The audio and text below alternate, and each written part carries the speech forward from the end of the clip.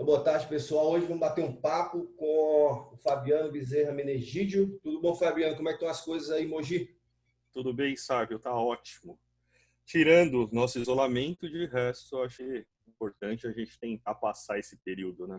Pois é. Deixa eu te fazer uma apresentação rápida aqui. O Fabiano é biólogo, né, pela Universidade 9 de Julho. Também bacharel. Você é bacharel e licenciado, né, Fabiano? Eu sou tanto bacharel e licenciado em biologia, eu também tenho formação de tecnólogo em computação. Minha primeira formação veio como na área de informática. Depois eu resolvi fazer biologia, depois já formado, quase 10 anos de mercado de trabalho de informática. E durante a minha formação eu fiz tanto bacharel quanto a licenciatura e gestão ambiental também. Como eu tive a oportunidade de fazer os três, naquele período eu estava trabalhando e podia fazer como algo em paralelo, de início seria apenas um hobby, antes de eu pensar mudar tudo na minha vida, então eu acabei tirando as três formações. E o Fabiano também tem mestrado e doutorado em biotecnologia pela Universidade de Mogi das Cruzes. Então, a gente vai bater um papo aqui sobre um monte de coisa. E eu vou começar, Fabiano, me fala um pouco dos seus trabalhos com microbioma, que eu acho um tema fantástico, que está muito, vamos dizer assim, em voga atualmente, né? Tirando o Sim. coronavírus, né? Mas fala um pouco como é que é o trabalho que vocês estão fazendo aí, como é que é o grupo, os objetivos de vocês. Então, sabe, hoje nós temos dois trabalhos principais, duas linhas de pesquisas principais no laboratório. Nosso laboratório em Mogi das Cruzes é um laboratório bastante antigo, que trabalhou com a montagem de genoma da Xylella, daquele grande trabalho que foi feito logo no início da genômica no Brasil. Nós focamos em dois grupos de início antes da minha entrada, que era a Xylella fastidiosa e o Paracoccidioides brasiliense. A Xylella é um patógeno de planta que causou grandes problemas aqui no Brasil, como o amarelinho, e ainda causa problemas em outros países. Aqui no Brasil, aparentemente, a Xylella ela reduziu as infecções in situ. Já nos Estados Unidos, nós temos ainda grandes infecções em videiras, e agora nós temos as infecções na Europa, que é muito mais grave do que até nos Estados Unidos, aqui no Brasil, tratando de oliveiras.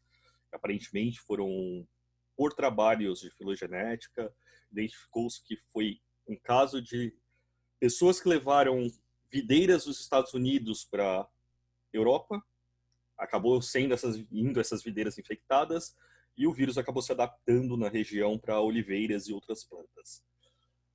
Como aqui no Brasil a Xylella não tem mais, não é um caso tão grave, nós acabamos deixando um pouco de lado o estudo de Xylella fastidiosa. Não, você quase não consegue mais investimento para esse tipo de estudo, que é uma doença que é considerada ausente nas plantações. O outro trabalho que a gente trabalha é com o Paracoccidioides brasiliense, que é um fungo patogênico, que causa uma micose pulmonar, que ela tem alguns efeitos que lembram bastante a lepra. Então, para quem tiver interesse, é interessante procurar esse fungo. Ele é endêmico, em poucas regiões acontece ele. E um dos casos legais dele é que ele, legais modo de dizer, mas que ele lembra um pouco o que nós estamos passando com Covid, com SARS. Porque uma das formas de infecção é justamente por alimentação por tatus, você se alimentar de tatus. E junto dessas duas linhas de pesquisa originais, nós desenvolvemos mais duas. Uma focada numa bactéria que é bastante utilizada para a produção de etanol, que é as Imomonas mobilis, que é uma linha de pesquisa do meu orientador em si, e outra linha de pesquisa que é da outra colega de laboratório, que é com microbioma, que é essa que você está dizendo, que é focado no caso de caquexia em pacientes, só que nós focamos como nosso modelo biológico camundongos, porque é extremamente difícil você fazer qualquer tipo de análise em pacientes humanos. A gente sabe como é o comitê de ética para alguns tipos de testes, e mesmo para estudos de microbioma em humanos focados em caquexia, mesmo o microbioma sendo bastante utilizado, bastante amplamente utilizado, nós temos N problemas ainda na metodologia.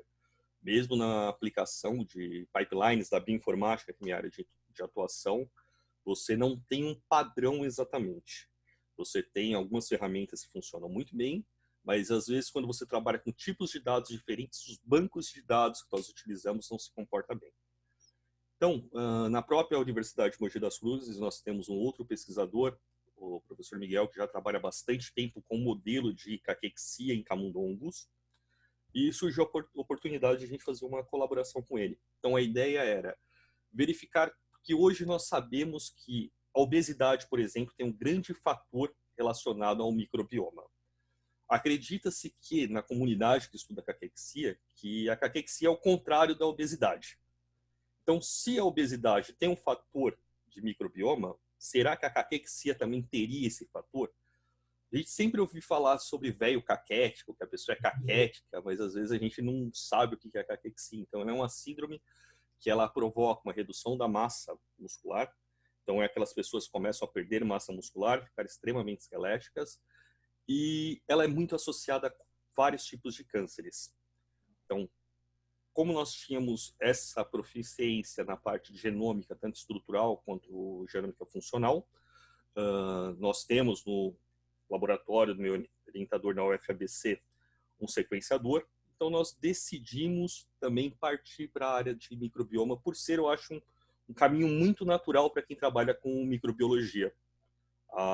Tanto a metagenômica quanto o microbioma, ele nos traz informações que às vezes você não tem sequenciando apenas uma bactéria, ou você fazendo alguns tipos de análise. O microbioma não, ele te dá, tanto o microbioma quanto a metagenômica, te dá uma visão muito mais ampla, ecológica, às vezes de um patógeno ou de uma doença em si.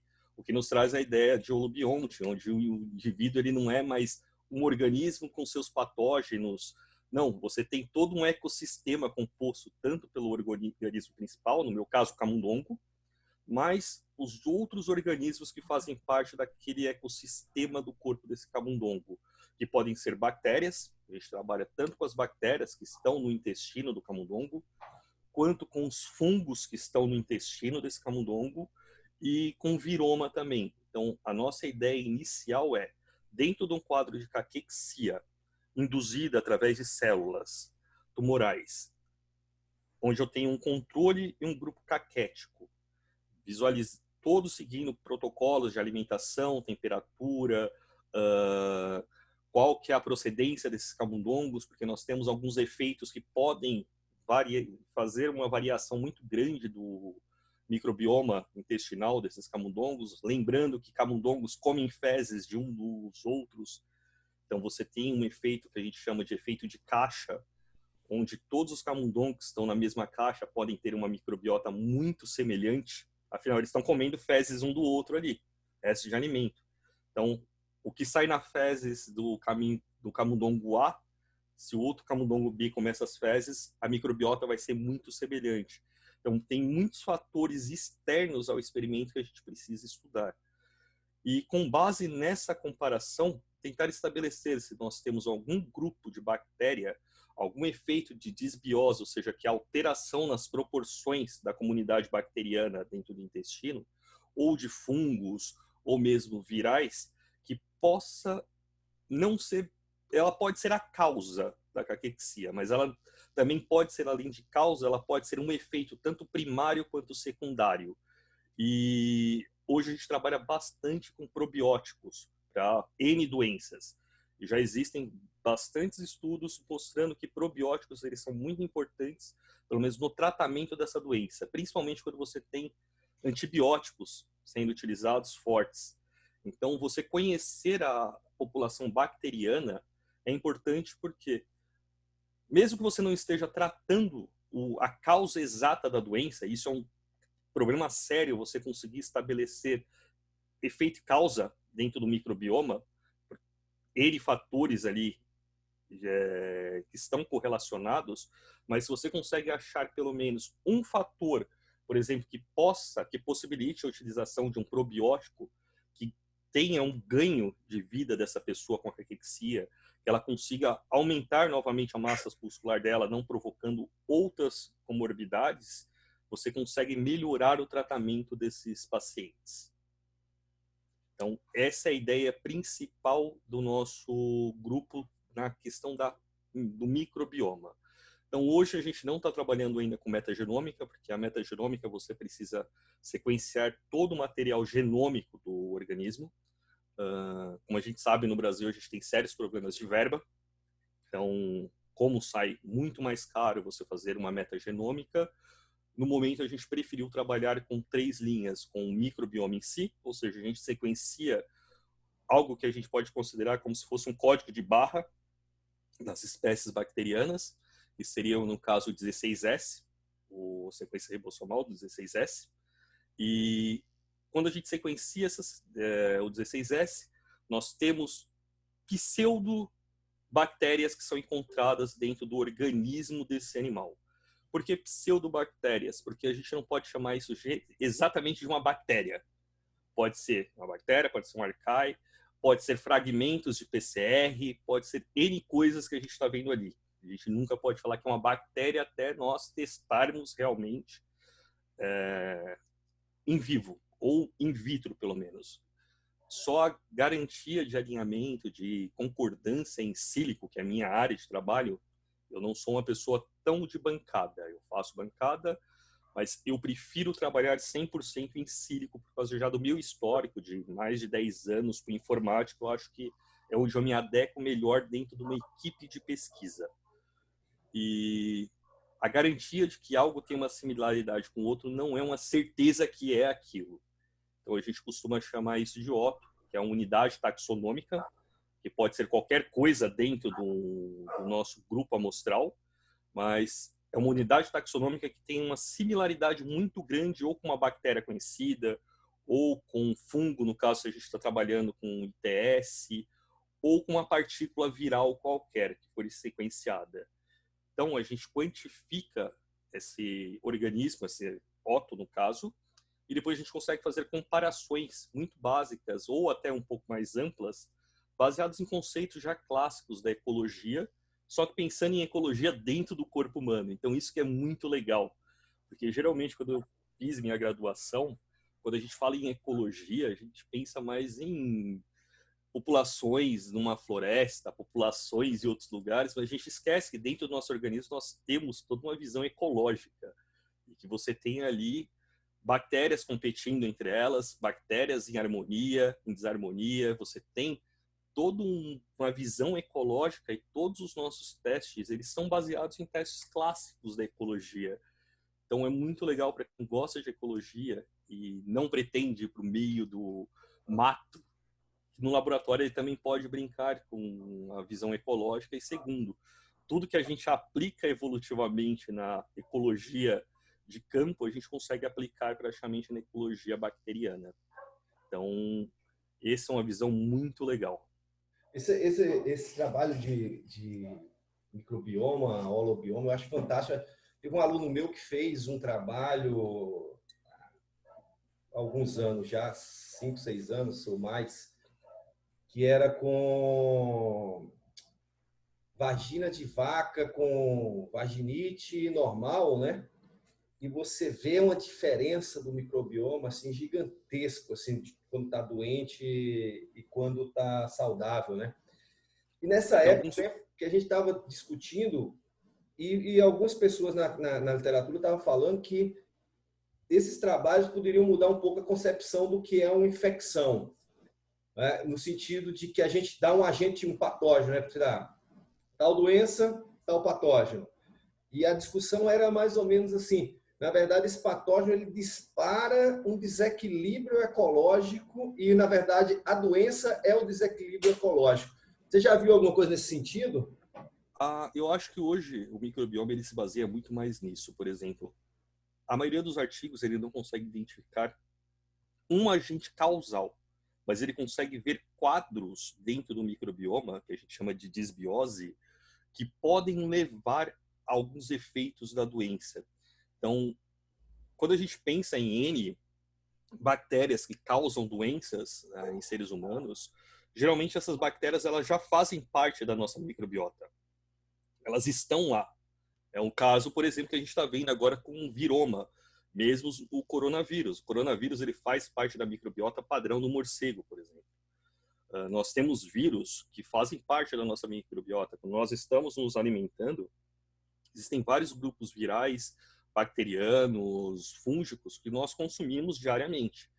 Mas enquanto eles não estão com uma desbiose, você não tem um aumento muito drástico desses grupos bacterianos ou virais ou qualquer dos grupos, você pode não ter um quadro de doença. Uma coisa que sempre fui fã, por exemplo, da raça de cachorro do Bull Terrier e participo bastante de fóruns de Bull Terrier.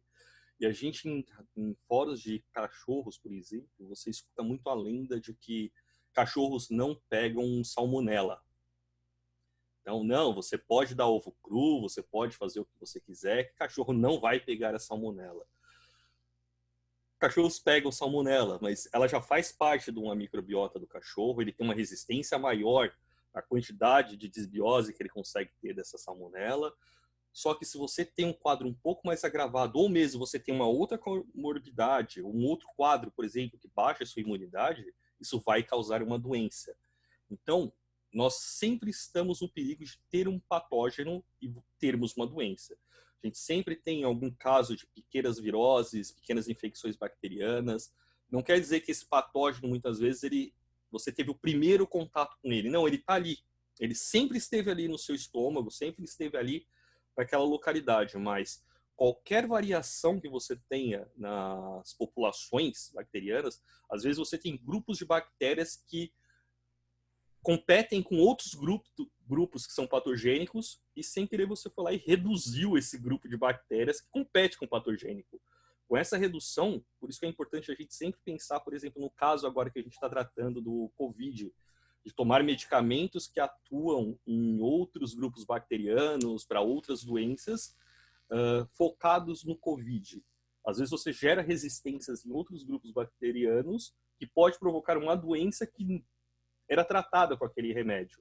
Ou mesmo você está tomando esse medicamento, você causa uma desbiose no seu microbioma, em vez de você ter a infecção do COVID, você vai ter uma outra infecção que vai baixar sua imunidade, aí sim você vai ter uma infecção por COVID. Então, isso, eu acho muito legal a ideia de holobionte, a ideia do microbioma como um todo, que tira um pouco aquela ideia de que somos um indivíduo apenas. A Margulis já falava isso há muito tempo, com a ideia de que somos uma comunidade, não somos um indivíduo. E o microbioma ele veio para validar isso cada vez mais. Só que também a gente tem que tomar cuidado em tratar o microbioma como uma resposta única e uma resposta precisa do que a gente está trabalhando. O microbioma ele é uma ferramenta como qualquer outra, ele é uma ferramenta de análise e ele precisa fazer sentido dentro de um contexto muito mais amplo do que só a resposta que ele dá. Porque às vezes a gente pega alguns trabalhos que ele consegue interpretar causas e efeitos baseados às vezes em um N amostral pequeno, em um banco de dados que não é tão robusto. Isso a gente observa sempre quando a gente está analisando, principalmente no meu caso, que trabalho muito com a ideia de reprodutibilidade. Então, se eu pego um banco de dados de uma versão anterior e pego uma nova versão de banco de dados, eu percebo que os grupos bacterianos eles não conversam às vezes. Um artigo de 2010 às vezes não conversa com um artigo de 2020, mas o artigo de 2010 dizia que a causa que eu muito utilizado em trabalhos de microbioma é o perfil da doença. Olha, o perfil da doença é uma bactéria do grupo tal, do gênero tal e do gênero Y. Quando você vai fazer as novas análises, essas bactérias já não aparecem mais. Então, aí, o microbioma ele é muito legal, mas como qualquer ferramenta, ele tem falhas e ele pode trazer alguns viés. Então, eu acho que o importante do microbioma hoje ele é uma ferramenta para nos dar um quadro um pouco mais amplo. Ele abrir nossa mente sobre o que nós podemos olhar como uma possível causa, ou pelo menos como um efeito, ou como algo que adiciona a compreensão de um patógeno, de uma doença, do ambiente em si, mas ele não pode ser uma solução final como quase nada na genômica. A gente está conversando de genômica há tanto tempo, engenharia genética, várias coisas para tentar resolver doenças genéticas, e elas não são ainda uma solução definitiva. Elas auxiliam em alguns casos. Então, ele não pode ser generalista, como muitas pessoas tratam o microbioma. E o microbioma ele acabou virando algo, às vezes, um pouco exagerado na mídia. Você pega notícias na mídia, o microbioma resolve tudo, faz tudo, responde tudo, e para quem trabalha com isso, eu acho que é um pouco complicado você pensar dessa forma. Tanto que teve uma BBB um tempo atrás, não sei se você viu, sabe? Não. Que ela lançou um produto que era microbioma de um probiótico baseado no microbioma de pessoas magras. Estava vendendo como uma forma de emagrecimento. Então a gente tem que tomar cuidado disso para não virar mais uma febre baseada em pseudociência, que as pessoas se aproveitam à toa e se aproveitam de pessoas com leigas, porque a gente sempre tem que lembrar que ciência são tijolinhos que a gente vai construindo. Então, o meu artigo ele pode ser uma realidade dentro daquele escopo, mas na hora que outro pesquisador venha e teste dentro de outra, com outra célula em outro local, por exemplo, eu trabalho com intestino, mas só em vir um pouco para frente trabalhar no seco do camundongo, você já tem diferenças de microbiota. Será que o que influencia é o seco ou é o intestino? Então tem muitas dúvidas ainda que a gente precisa responder. E eu acho que ainda não é o momento da gente dar soluções finais baseadas em microbioma. Mas é uma ótima ferramenta. E para a gente está entregando agora o relatório final do projeto de microbioma. Até essa semana, as últimas semanas de correria para poder escrever, entregar tudo. Eu estou terminando os relatórios de viroma. E é legal que nós temos algumas respostas muito interessantes para testes de probióticos agora. Então, pode ser uma ferramenta que auxilie no tratamento da caquexia. Só que também a gente tem que lembrar que meu objeto de estudo é camundongo, não é um ser humano. Então, eu tenho que ter essa proporção do que eu estou testando. É um camundongo, mesmo tendo uma proximidade evolutiva muito grande de humanos e sendo utilizado na indústria farmacêutica de forma ampla, a diferença é muito grande. Não, é verdade. E você tocou num tema aí, que é um tema que você trabalhou bastante, que é a parte de reprodutibilidade. E eu vejo que isso é um grande problema. É um Principalmente enorme problema. em bioinformática, eu vejo muito problema, porque como se popularizou muito, por exemplo, sequenciamento, né, você tem muita sequência sendo depositada, e aí você tem... A gente já, por exemplo, a gente já fez uma filogenia uma vez de um alomonas. Tinha dois grupos, alomonas e alguma coisa. Quando a gente fez a filogenia, um grupo saiu e entrou no outro. E a gente ficou assim, cara, o que está acontecendo? E quando a gente foi olhar, foi investigar o que era, estava depositado errado a sequência. Então, Isso é muito comum. me fala um pouco desse teu trabalho de reprodutibilidade e qual foi o caminho que tu trilhou aí para avaliar essas coisas. A ideia da reprodutibilidade e replicabilidade, eu acho que ela veio comigo desde a minha época de informática. Como eu trabalhava em data centers, ou seja, um monte de servidor, de um monte de empresas enormes, em informática a gente tem uma visão um pouco mais centrada em alguns pontos. Eu saí da informática e vim para a bioinformática. Como eu fiz a minha graduação, 4 anos, decidi vir para a biologia, em algum momento eu olhei e falei, cara, eu preciso achar uma área de pesquisa que eu não tenha a perda de 15 anos de profissão, todo esse tempo, todo o período que eu gastei na minha profissão, e que eu consiga me estabelecer dentro do mercado de trabalho, ou mesmo numa linha de pesquisa, porque eu já estou mais velho, não tem como mais ficar perdendo tempo com família, tudo, e eu acho que a bioinformática ela veio de encontro justamente ao que eu precisava. Eu tive meu conhecimento biológico, algo que eu sempre amei na biologia, e eu pude aproveitar esse período de 15 anos de informática. Eu não perdi 15 anos de profissão, pelo contrário, ele só agregou. Porque, como a gente sabe, 90%, número é lógico que é uma brincadeira, mas grande parte dos biólogos odeia a informática, ele faz o que é necessário. Da mesma forma, grande parte dos informatas, ele gosta de biologia quando está passando lá no Discovery Channel. Olha que bonitinho o leão, olha que bonitinho o tubarão, mas ir lá e mexer e estudar de verdade é um pouco difícil. Então, essa junção de duas formações acabou me trazendo algo muito produtivo para minha área.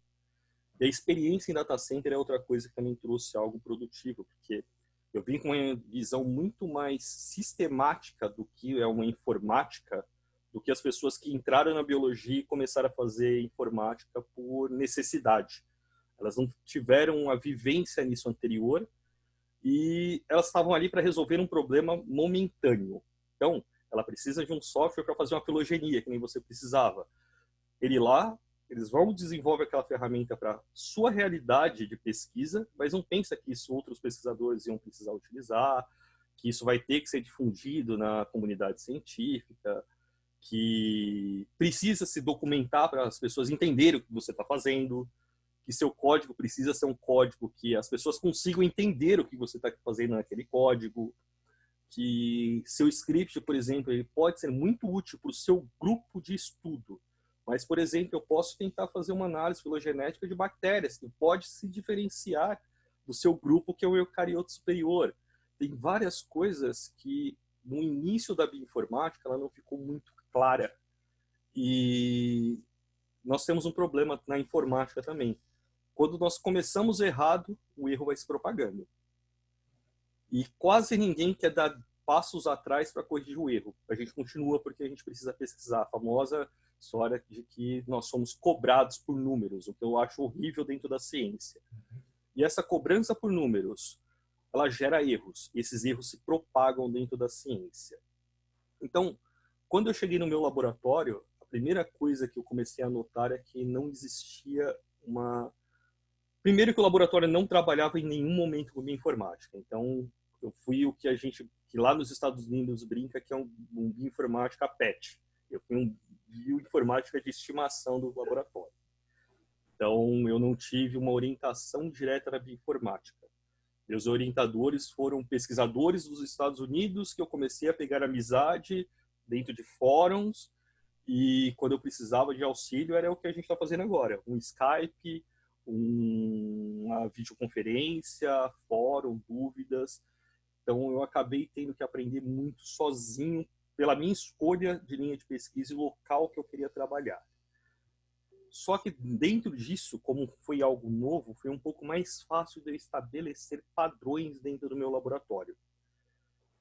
Por que padrões? Porque quando você faz uma pesquisa, a ideia final, o documento final vai ser uma publicação que tem que ser revisada por pares, e não são só os pares que leem seu artigo para aprovar. Isso tem que estar disponível para qualquer pesquisador no mundo. Não interessa se é daqui a 2 anos ou daqui a 10 anos. Ele precisa testar se isso for válido e replicar seu experimento. Então, a ideia de reprodutibilidade, replicabilidade, ela é extremamente importante na ciência. É uma forma de você falsear, no caso, tanto um experimento, quanto você validar o conhecimento científico que você criou. Não é só você falou, eu fiz e deu certo. Tá, e daí? Você fez e deu certo? E daí? Como eu consigo garantir que você não teve uma falha metodológica? A gente sabe, quando está na bancada, que a gente pode errar na pipetagem. Isso vai dar um experimento completamente diferente. E as ciências da computação, ela é tratada como uma ciência exata, mas ela não é exata. A gente tem sérios problemas nisso. Nós temos vários problemas na geração de dados que não dependem só do pesquisador. Nós temos hardware ali no meio, nós temos software, nós temos dependências, nós temos o conhecimento em si do pesquisador sobre informática, nós temos necessidades específicas da ferramenta, dados de entrada, dados de saída, formatos diferentes. Então, a mesma complexidade que você tem num laboratório na bancada, nós temos na informática. Só que essa visão que a gente tem de que a ciência é exata, eu tenho um software, eu rodo o software e tem que dar o mesmo resultado, ela não existe para qualquer um que trabalha com informática. E quando a gente trabalha ainda agora, aprendizado de máquina, aprendizado profundo, está se tornando palavras cada vez mais comuns no nosso dialeto, aí piora a situação, porque você tem um acaso trabalhando mais ainda, você tem várias GPUs, que são placas de vídeo, de uma forma mais simplista, trabalhando, você vai mandar essas informações divididas para cada uma dos núcleos da GPU, e os cálculos podem ser diferentes, tanto que a gente tem que setar uma semente, um seed, para os cálculos saírem iguais. Então, tem muitas variáveis na informática que podem causar uma falha de reprodutibilidade. Acho que é interessante a gente pensar o que é reprodutibilidade e replicabilidade primeiro. Primeira coisa que qualquer pesquisador, aluno de C, precisa entender, na minha visão, é repetibilidade. Que é ele mesmo, ele tem que fazer o teste dele e tem que dar certo. Porque se ele não conseguir repetir o que ele está fazendo, a gente já tem um problema enorme logo de início. Isso acontece. É normal acontecer. Depois a gente tem a reprodutibilidade, onde, por exemplo, no meu laboratório eu posso ter um fluxo de trabalho, indiferente se é de bancada ou se é de informática, e o meu colega de lado, ele precisa conseguir chegar em resultados iguais ou muito semelhantes. Geralmente a gente pensa que uma pesquisa ela precisa ter um resultado igualzinho, mas nem todas as áreas é assim. Quando a gente trabalha, por exemplo, com um aprendizado de máquina, você tem que trabalhar pelo menos com um espectro de resultados que a gente pode tratar como positivo, porque você tem algumas variações, principalmente ocasionadas por CPU, por cálculos, por N coisas relacionadas à parte da informática que pode dar pequenas variações. Quem trabalha com estatística já viu pequenos valores que podem saltar de algo que é positivo para negativo em duas análises diferentes. Então, a gente tem esse pequeno espectro. E a gente tem a replicabilidade, onde um outro laboratório pode replicar os nossos dados, ou com os nossos conjuntos de dados, ou com novos conjuntos de dados, usando a mesma pipeline com outros dados. Por exemplo, eu trabalho com bactéria, com um grupo de Xylella, ele trabalha com outro grupo, com E. coli.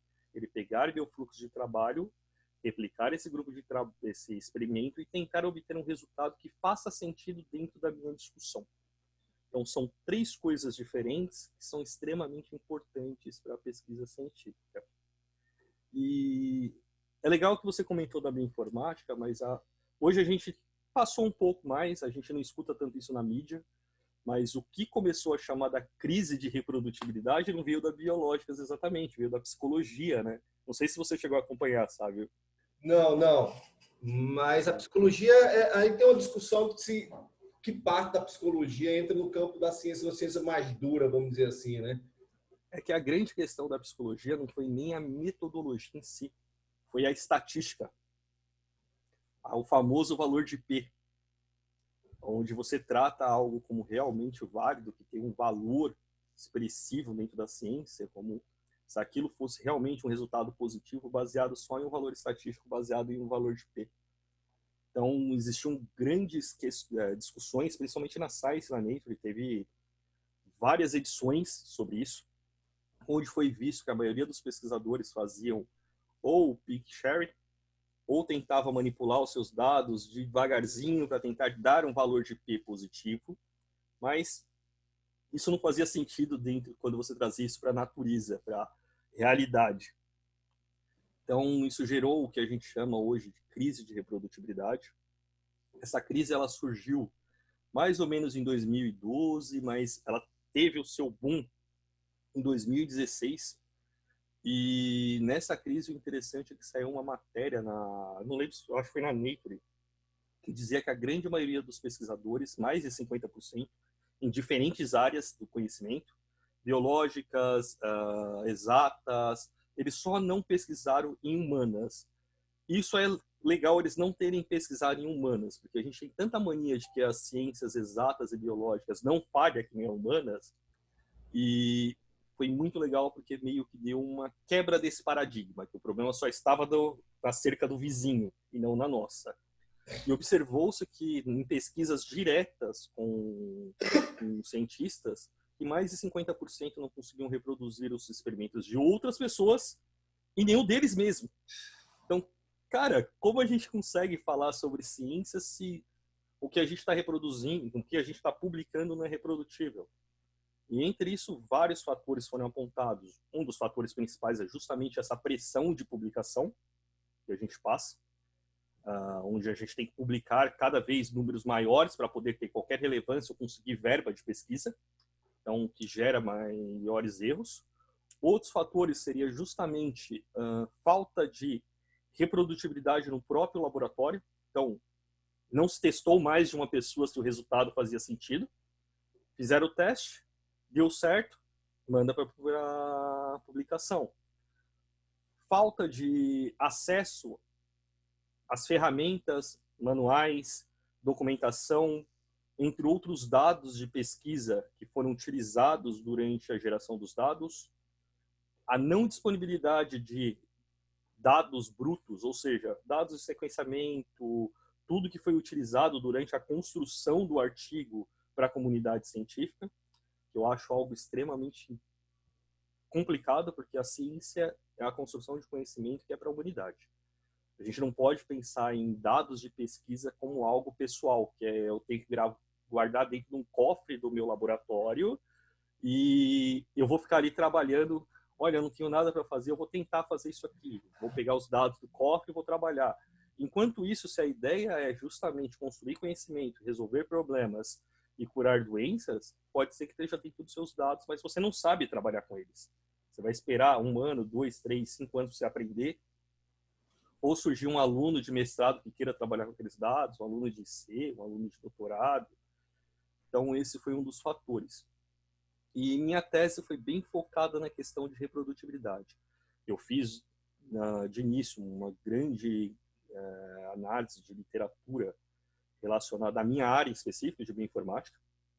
Então, é interessante notar que em várias áreas da bioinformática você tem falhas de reprodutibilidade. E os principais fatores são exatamente as pessoas não fornecem os dados brutos que são utilizados.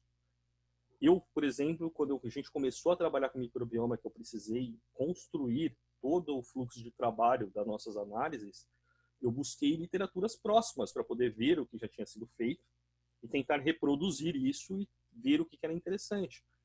Mas as pessoas não colocam como foi feito, o que utilizou, em que momento, qual que é a versão de um software, qual não foi, quais os dados ela utilizou, uma planilha dizendo, olha, eu usei esses dados, eu sequenciei 40 amostras, mas eu usei 38.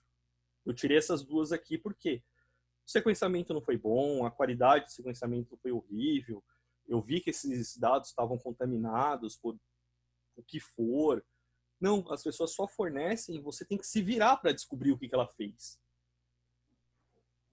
Vai passar pelo revisor? Muitas vezes vai sim, porque venhamos e convenhamos, a gente sabe que o revisor não vai pegar um fluxo de trabalho todo e vai fazer toda a análise, só se o cara tiver uma expertise naquela área.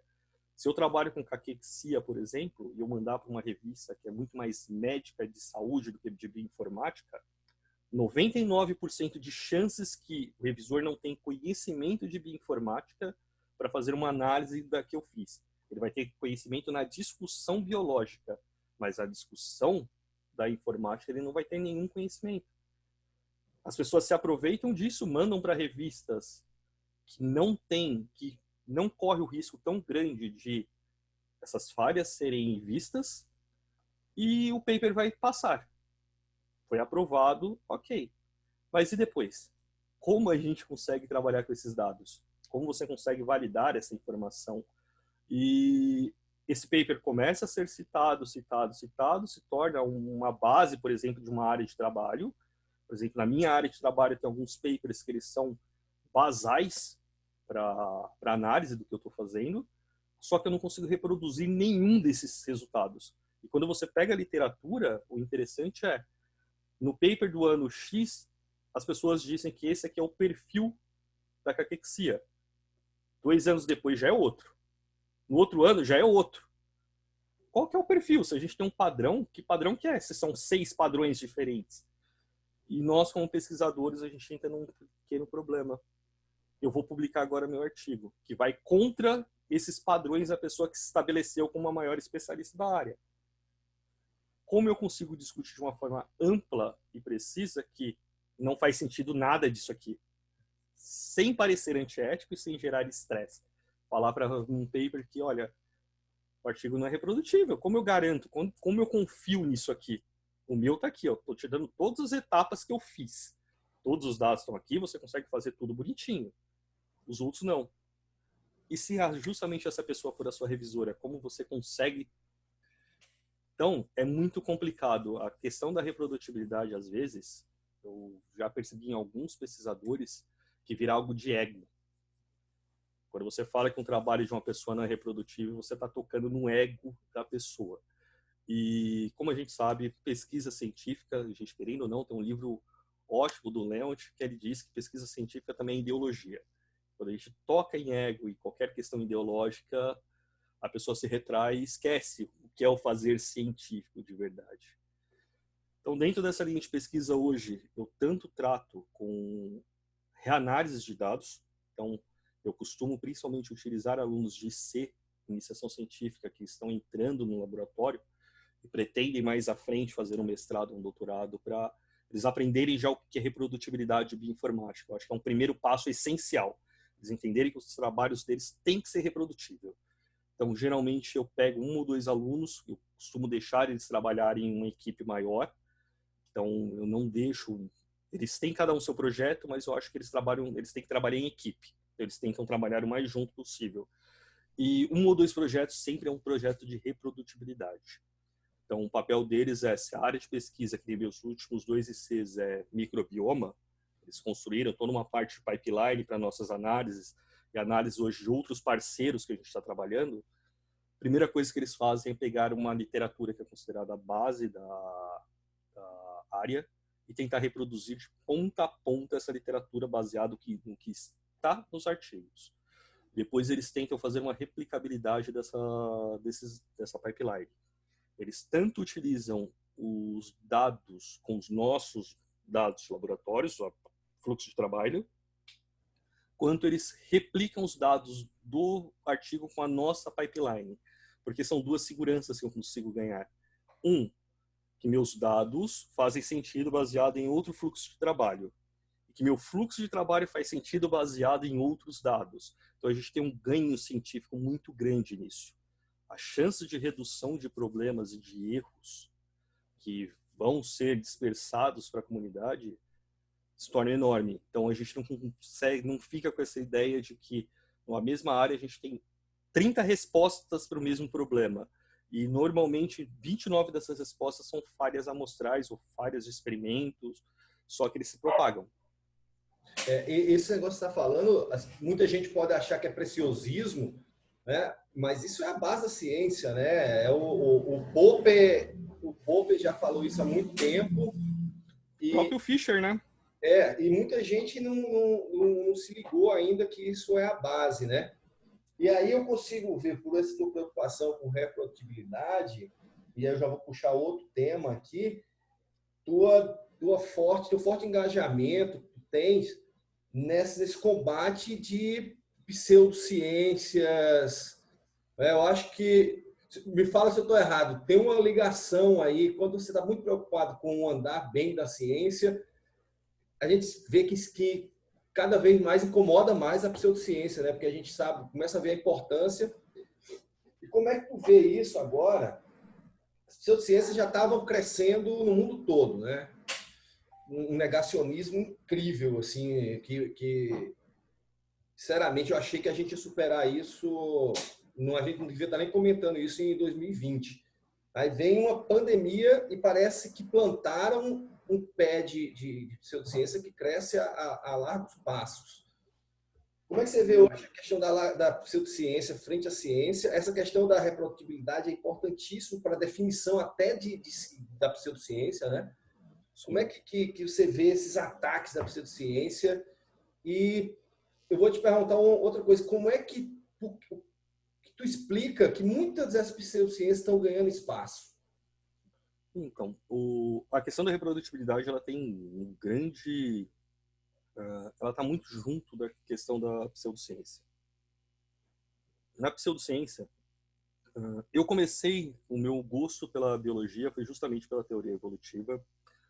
Quando eu comecei minha graduação, eu sempre tive envolvido com a questão do debate sobre criacionismo, durante o surgimento do design inteligente.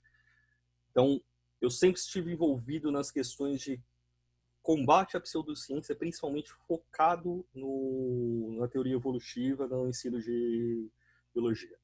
Só que quando você começa a vivenciar isso, você acaba abrindo ainda seu leque mais ainda, porque parece que uma coisa atrás da outra. Isso está ficando cada vez mais claro que todas as pseudociências, quem acredita em uma parece que acredita em todas. O leque é tão grande que parece brincadeira. Eu não acreditava que em pleno 2020 a gente estaria combatendo terra plana. Eu não consigo acreditar nisso. Criacionismo, eu tenho sérios problemas no combate, eu acho que não faz sentido nenhum, mas ele traz um pouco um apelo à emoção, à segurança de pessoas, por exemplo, familiares, ele cresceu daquela forma, a necessidade, às vezes, de colocar um pouco mais sua religiosidade dentro de um escopo até científico para validar suas crenças. É um problema quando você está ensinando ciências e as pessoas precisam entender o fazer científico. Mas no tocante pessoal, às vezes não é um problema tão grande. Mas eu acho que é importante todos entenderem o que é ciência. A gente está no meio de uma pandemia, a gente está tendo que discutir se o vírus foi fabricado em um laboratório ou não, se o processo evolutivo é verdadeiro ou não, por que não é interessante a gente ficar tomando medicamentos que não fazem sentido nenhum, para não causar seleção em bactérias, em vírus. Isso tudo tem tudo o escopo da evolução. Se pelo menos as pessoas que trazem a sua religiosidade para dentro da discussão científica conseguissem trazer uma visão evolutiva teísta, por exemplo, onde ela acredita na divindade dela, mas a divindade dela que promove a evolução, eu acho que a coisa não estaria tão difícil quanto a gente está agora, porque é um negacionismo pleno. Não, a evolução não acontece. Eu não preciso sair, não interessa se eu vou tomar 30 medicamentos. Não existe seleção natural, vírus não evolui. São coisas que são além do que eu acho que era esperado para 2020. E Terra plana está além do além disso. Porque não existe discussão da gente ter uma ideia de terraplanismo. Você precisa de uma conspiração tão grande para o terraplanismo fazer sentido que é bizarro. A única palavra que eu consigo usar é bizarro. Em pleno 2020, a gente tendo as tecnologias que nós temos, estarmos discutindo terraplanismo. Só que evolução e terraplanismo, eles não me trazem um problema tão sério quanto outras pseudociências. Tirando o cara que tentou voar de foguete para ver se a Terra era plana, pessoas não morrem por falar que a Terra é plana.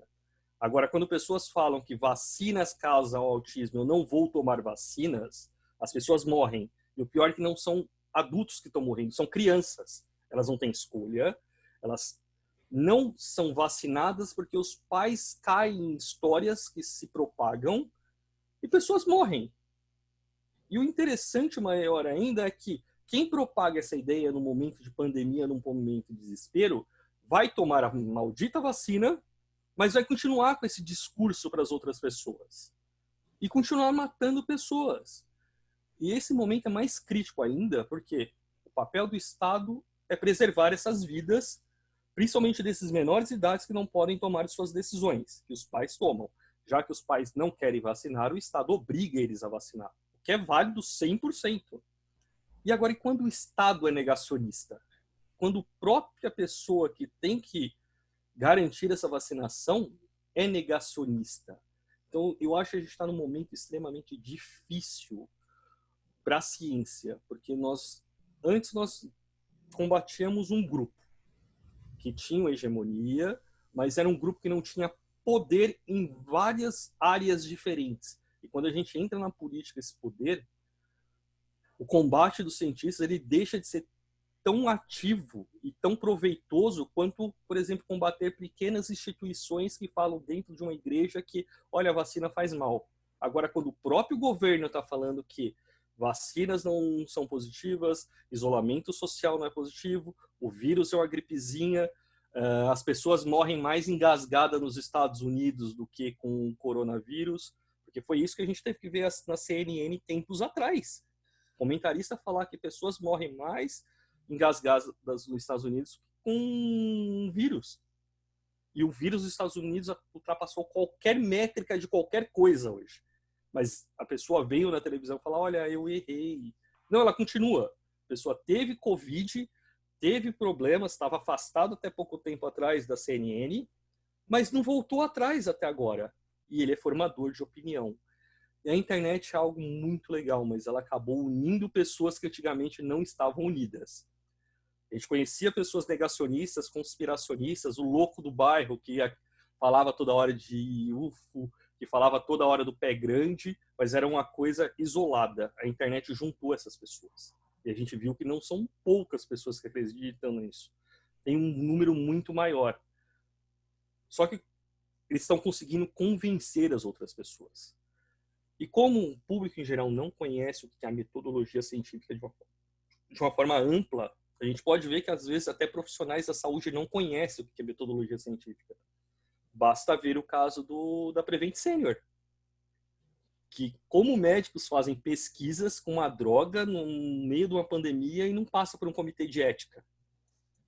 Se nem ali a gente está tendo o mínimo de conhecimento da metodologia científica, é cada vez mais difícil a gente cobrar da população. E nós temos um problema maior ainda. Os conspiracionistas falam o que essas pessoas querem ouvir. E a ciência, às vezes, não vai de encontro com o que elas querem ouvir. Às vezes, a ciência ela não tem como passar a mão na cabeça e falar, olha, vai dar tudo certo. Não, se a gente não seguir o isolamento, vai morrer um monte de pessoa. Isso é um fato. Mas elas não querem ouvir isso. Elas querem ouvir, não, vai dar tudo certo. O vírus vai sumir sozinho. Olha, a gente vai ter vacina em 3 meses. Não precisa esperar daqui o ano que vem. Olha, as vacinas, quem está matando gente não é uma doença, são as vacinas, é a indústria farmacêutica que está matando pessoas. Então, é um combate um pouco desigual. E sobre a reprodutibilidade que você me perguntou, uma coisa que é bastante interessante, que se liga um pouco com a questão da reprodutibilidade, são justamente os jornais predatórios, onde você paga para publicar. Não interessa se o artigo é bom ou se é ruim. Não interessa se tem um monte de erros de inglês, não interessa se faz sentido ou não faz sentido. Você pagou, publicou. Tem um monte de revista aqui assim. E eu acho que vale uma meia-culpa de quem trabalha com ciência, ou já trabalhou com divulgação científica, que combateu a questão da pseudociência. Nós utilizamos durante um bom período o argumento de artigos científicos como um fato para mostrar que algo era científico. E a gente gerou na população o link artigo científico é igual ciência. Aí surgiu no meio disso aqui artigos científicos fake, que são publicados em revistas de baixa qualidade. A população ainda entende que artigo científico é ciência. E quando a gente fala, não, mas isso aqui não faz sentido, uma parte da população vira e fala, não, mas vocês falaram que é artigo científico, isso aqui é um artigo científico. E qualidade não faz sentido ainda para uma parcela da população. E a questão de a ciência precisa ser produtível, eu preciso conseguir reproduzir o que essas pessoas estão fazendo, não faz sentido. Aí surgem esses trabalhos de que o pesquisador xingou o potinho de arroz e o potinho de arroz apodreceu mais rápido do que o outro potinho. Saiu um artigo numa revista bosta, desculpa a palavra, saiu. Então é ciência para uma parte da população.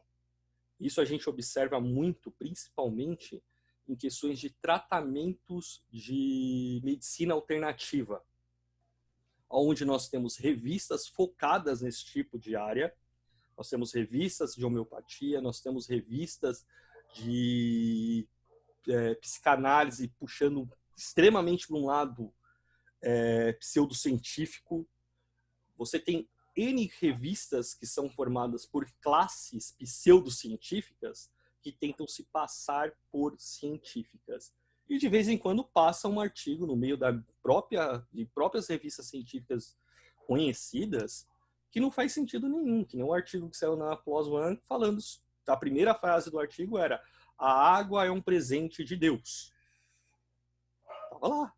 Outros artigos de criacionistas que a gente vê diariamente, eles replicando, porque quando sai um artigo criacionista, esse artigo vai ser dito durante 60 anos, 100 anos.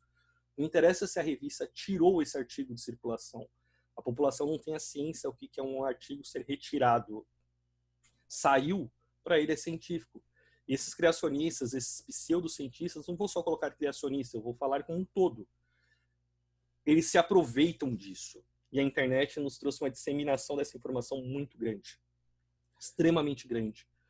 E tá aí o novo documentário da pesquisadora que falou que o Covid não causa a doença da forma que está sendo perseguida pela ciência, que já alcançou não sei quantos milhões de visualizações, e as pessoas estão compartilhando, incluindo pesquisadores de academia. Existe um famoso criacionista que era da Unicamp, hoje está no Mackenzie, que está propagando para todo mundo. Existe um grande virologista que está na mídia que propagou. E todo mundo sabe que isso é um documentário pseudocientífico. A pessoa é antivacina. Você é um virologista, trabalha numa universidade estadual, a maior universidade de São Paulo, e você está propagando algo que é anticientífico. Ele faz parte de uma associação antivacina. Ah, não, mas eu concordo com essa parte aqui. Ou seja, voltamos para o momento que as pessoas pegam textos antigamente, recortam uma frase e falam, isso aqui faz sentido. E agora as pessoas estão usando vídeos. Você propaga um vídeo que tem uma grande pseudociência porque você concorda com 2 frases desse vídeo. E os danos que o resto vai causar?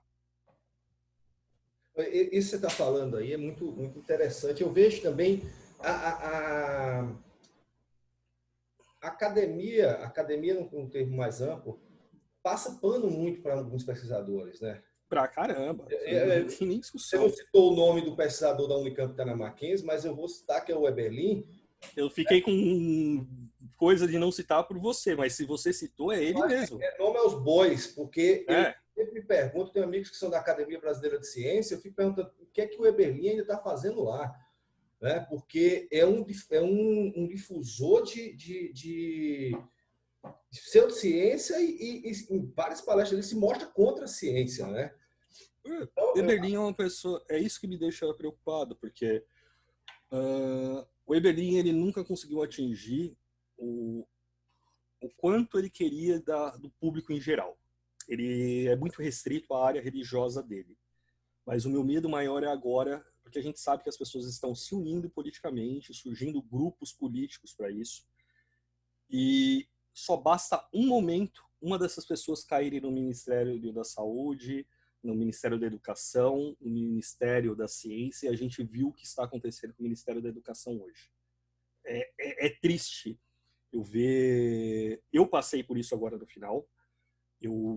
Como a gente estava conversando no começo, eu abandonei uma profissão de 15 anos com o sonho de virar pesquisador. Então, eu sou jovem doutor, tenho pouco tempo como doutor, e durante 6 anos eu montei minha vida com família para tudo, para quando chegasse no final eu pudesse ser pesquisador.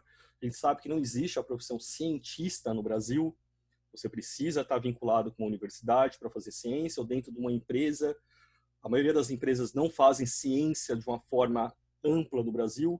Quando faz, é muito específico e é como se fosse um trabalho numa empresa normal. Se eu for trabalhar com bioinformática dentro de uma empresa, não vai diferenciar muito do que eu trabalhava num data center. Você é um funcionário. Eu acho que quem trabalha com ciência, ele vem para a ciência pela esse desejo da descoberta, de construir um tijolinho, de gerar conhecimento de verdade. E eu passei esses 6 anos com essa vontade de virar pesquisador. Chegou no final, eu vi tudo ser desconstruído. Foram 6 anos, e não sou só eu, todos os meus colegas. Foi um tempo despendido pela ciência, trabalhando, porque pesquisador, aluno de doutorado e mestrado, ele não está ali só estudando, que nem as pessoas pensam. A gente trabalha, é dedicação exclusiva. Tem muitas pessoas como eu que tinham família, você abandona um emprego, é só para pensar quanto que é uma bolsa de um doutorando e quanto ganha alguém que trabalhou já 15 anos com informática. Você troca uma vida por a vontade de trabalhar com algo para construir conhecimento, para as pessoas destruírem 100% isso. E é triste, é extremamente triste eu ter que olhar hoje para uma pessoa que quer entrar no meu laboratório e eu não tenho uma segurança de que essa pessoa, porque o meu problema é um pouco ainda maior, porque eu tento captar pessoas da informática. Qualquer pessoa que sai de uma graduação para trabalhar no mercado de trabalho com informática já vai ganhar seus R$3.000, R$4.000. Como eu consigo manter um aluno dentro de um laboratório de informática para desenvolver bioinformática no Brasil, falando para ele que ele vai ganhar R$1.200 de bolsa, R$400 de uma iniciação científica? No segundo ano, qualquer aluno de informática consegue ganhar até R$2.000 no mercado de trabalho. Como eu consigo convencer essas pessoas a ficarem comigo ganhando R$ 450. E agora, sem bolsa nenhuma? A gente passou tempos atrás, a gente não conseguia ter bolsa. Até o começo da pandemia, a gente não sabia se ia ter bolsa ou não.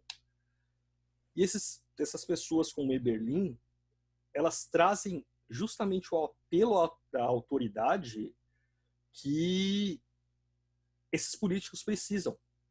Porque, até hoje, ele coloca seu vínculo, antigo vínculo, sempre vale lembrar, com a Unicamp em suas palestras, como se a Unicamp tivesse reforçando o que ele diz no seu dia a dia, que os dinossauros estavam na Arca de Noé, que é isso que ele fala. Ele coloca o nome da ABC, da Associação Brasileira de Ciência, nos seus pôsteres, como se isso reforçasse as ideias dele. Ele coloca todos os seus artigos, nossa, eu sou um pesquisador A1, publiquei não sei quantos mil pesquisas. Não, parabéns, você é pesquisadora desde 82, quando você se formou, então é o que eu espero, você trabalhe. Mas quantos artigos dele ele publicou sobre criacionismo? Quantos ele defendeu, por exemplo, que os dinossauros estavam na Arca de Noé? Nenhum. Ele tem 2 artigos de colaboradores que falam de evolução biológica tratando de quiralidade, que ele fez com colaboradores externos. Os 2 artigos deixam claro a questão evolutiva na quiralidade. Pegue os livros dele. Ele nega. Ele tem um capítulo negando a quiralidade. Eu já perguntei para ele 30 vezes. Eberlin, seu artigo faz isso, fala isso. Seu livro fala aquilo e todas as suas palestras estão no YouTube para todo mundo ver. Por que você não se retrata no seu artigo? Isso seria a coisa certa. Se ali está mentindo, você tem que se retratar. É antiético você deixar esse artigo. Ah, não, aquele artigo foi construído quando eu tinha uma visão ideológica, ateísta. Não, cara, a gente está falando de metodologia científica. É ciência. Minha ideologia, a gente está falando de ciência. Se está errado, você tem que retratar. Se você não tem nenhuma evidência científica que não comprove seu artigo, você não está sendo científico na sua fala e você não pode afirmar que você está tratando de ciência. E a gente está passando por isso hoje. Temos Eberlin, temos o Felício da USP negando o aquecimento global, nós temos agora nós temos mais um que é terraplanista da USP também, que eu acho que é geólogo, geocientista de lá da USP também. Nós temos virologista agora que você pode esfregar 30 mil artigos falando que a cloroquina não funciona, que ele vai continuar falando que é a salvação do mundo. E esse eu acho que é o maior perigo. É uma guerra interna dentro da academia. Só que, como você mesmo disse, a ABC não se posiciona, o CRPU não se posiciona, está lá no nosso conselho de ética, nas nossas normativas de ética. Se alguém, algum pesquisador, o que for, propagar inverdades, não colaborar com o ensino de fatos científicos, essa pessoa tem que ser excluída do conselho regional, do federal, e seu diploma pode ser cassado. Adianta avisar? Não adianta. Acho que todo mundo sabe o que o Eberlin fala no seu dia a dia na academia e fora da academia. Todas as vezes ele tenta entrar na academia falando pseudociência. Não tem uma vez. A última vez que eu presenciei, eu até conversei com o Fabrício, foi durante o nosso último SBG. Foi a última vez que a gente conversou em congresso, eu e o Fabrício. Em pleno SBG, eles estavam na Universidade do Rio Grande do Sul fazendo palestras de design inteligente. Aproveitaram que todos os pesquisadores que eram contra estavam externos em congresso. Rio Grande do Norte, né? Rio Grande do Norte, né? Eu não lembro se foi do Sul ou do Norte. Foi do Norte, foi a RN. Eu lembro que o Fabrício me mandou esse cartaz. Eu fui atrás do Fabrício durante a SBG para ver o que a gente podia fazer, só que não teve nem tempo hábil, porque foi tudo às escuras, os alunos da biologia não ficaram sabendo, e a gente ficou sabendo de última hora, já estava acontecendo o negócio. Isso está sendo padrão. E se qualquer um quiser procurar no site do CNPq, existe uma linha de pesquisa voltada para design inteligente, só que ela está lá na filosofia da arte. E a forma que eles se aproveitaram de entrar para dentro da academia e colocar uma linha de pesquisa. O que Eberlin entende de arte? O que tem a ver o conhecimento do Eberlin de arte? Vai estar ali, design inteligente, buscar design na natureza. Cara, o que isso tem a ver? Não faz sentido nenhum. Fábio, Então, pode falar. Pode terminar. Não, então, só para concluir isso, eu acho que nós temos duas guerras acontecendo. E eu até voltei, que eu acho que é o próximo tema que você vai puxar para divulgação científica por causa disso. Como eu sempre me foquei, a gente sempre teve um site que foi muito pesado na questão evolutiva, o Evolution Academy, para o debate. Mas durante o doutorado, mestrado, a gente sabe que a gente acaba agregando um monte de coisa que você tem que escolher. E eu e o meu colega estávamos, durante a pós-graduação, extremamente atarefados, família, vida, a troca da realidade, que eu falei sobre um salário com uma bolsa. Então você acaba tendo que escolher algumas coisas que você vai andar. E com essa nova realidade de Eberlin cada vez mais próximo da CAPES, cara, a gente teve que ler durante uma semana e conviver em apreensão do Eberlin ser uma escolha para ser o novo diretor da CAPES, o novo membro de avaliação de projetos da CAPES. A gente está vivendo alguns momentos que, se nós não nos juntarmos, vai ficar pior. E combater os próprios colegas de trabalho, porque eu tenho que considerar o Eberlin um colega, ele é um cientista.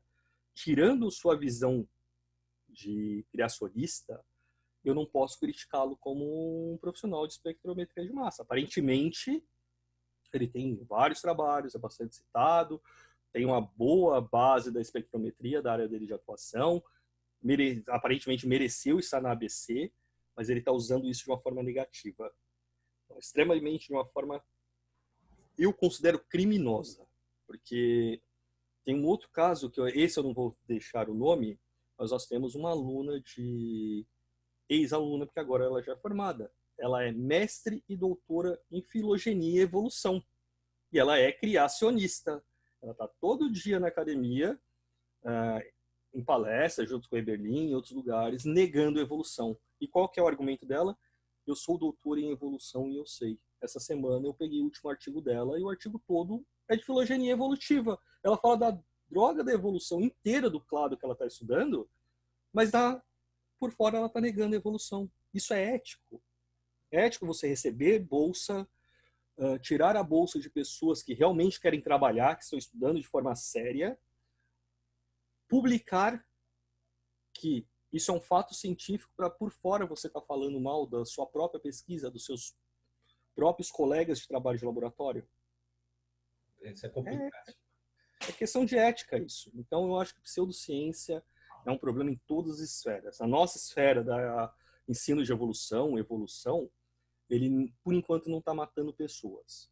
Isso se a gente não parar a pensar da questão de bactérias e antibióticos, isso pode trazer, sim, mortes, mas pelo menos riscando a superfície. Mas quando isso chega em outras esferas, como pseudociência, homeopatia, deixar de tomar remédios de câncer para tomar fósforo, que nem nós tivemos um apresentador que morreu, deixar de seguir protocolos de vigilância de saúde do mundo inteiro porque você não acredita e porque pessoas estão propagando inverdades, deixar de vacinar seus filhos porque é uma ideologia sua, isso vai matar pessoas e a gente não pode deixar isso acontecer. E quando profissionais da área estão propagando isso, eu acho que a gente tem uma falha enorme na academia, porque a academia está se isentando de combater isso. Algumas pessoas combatem e a grande maioria se isenta, e principalmente grandes instituições. E essas instituições têm que se posicionar. Não é só vir na mídia lançar um texto, olha, criacionismo é pseudociência, tá bom? Não, cara. Se ele está propagando criacionismo há 15 anos, que é o tempo que eu conheço Eberlin praticamente, e não mudou, ele não pode estar na ABC. Ponto. Ponto. Acabou. Ele está propagando pseudociência. O ABC tem um foco. Vai contra o foco do ABC?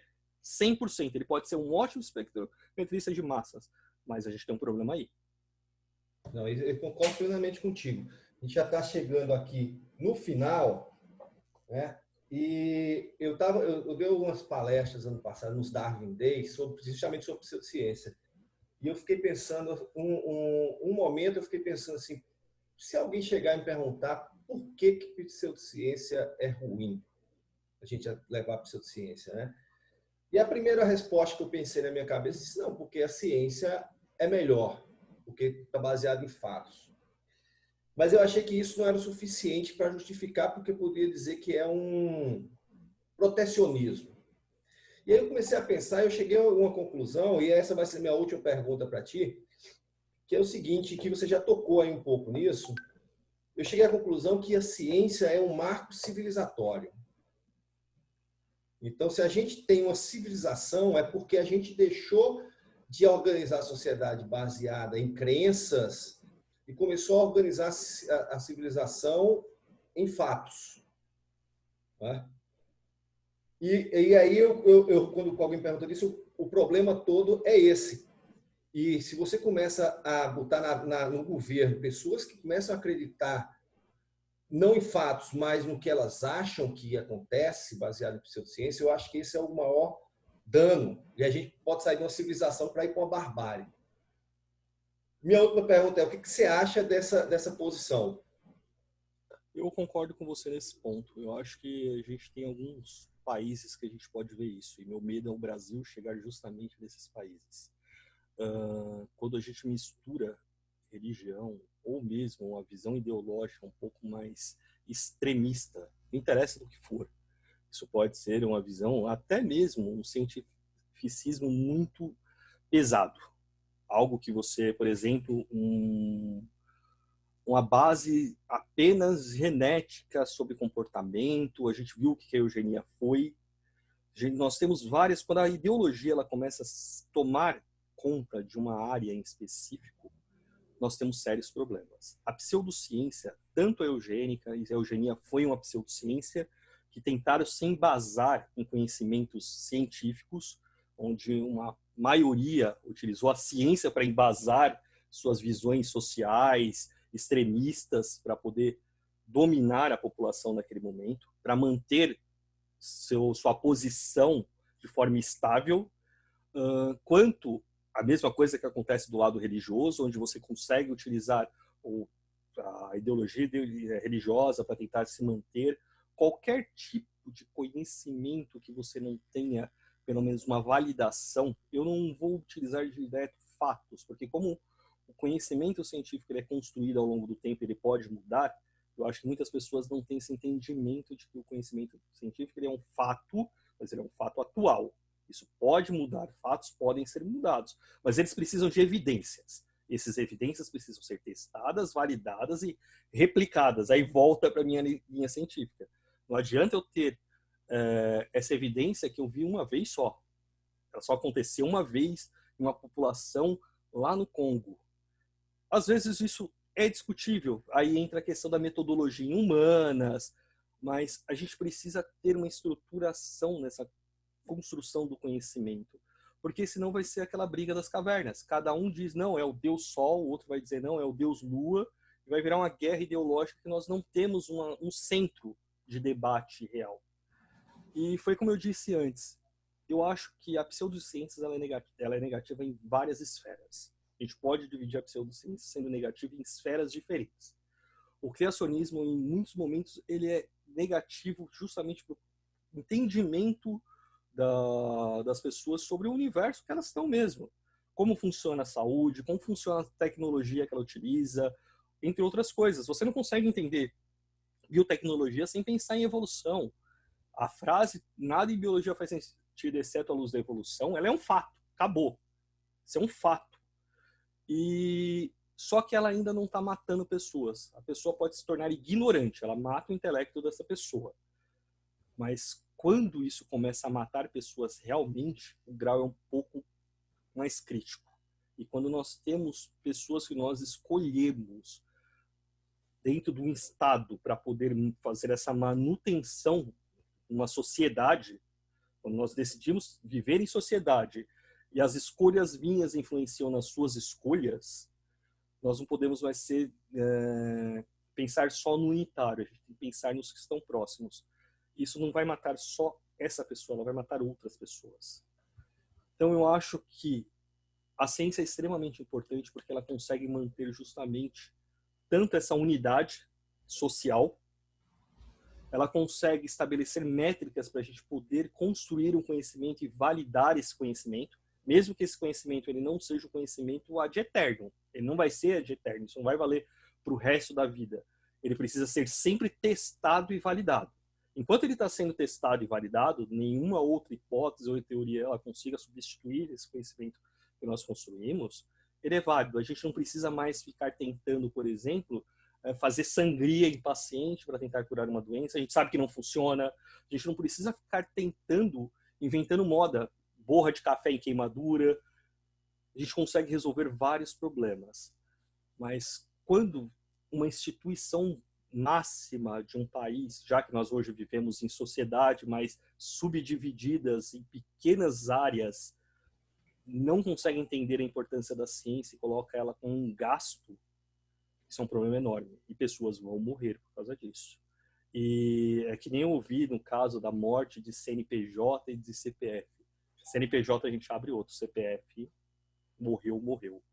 E cada vez mais a gente está vendo pessoas indo para a internet lamentar a morte de parentes que eram negacionistas, ou elas mesmas eram negacionistas, e só aprenderam na dor. E é triste quando as pessoas aprendem na dor.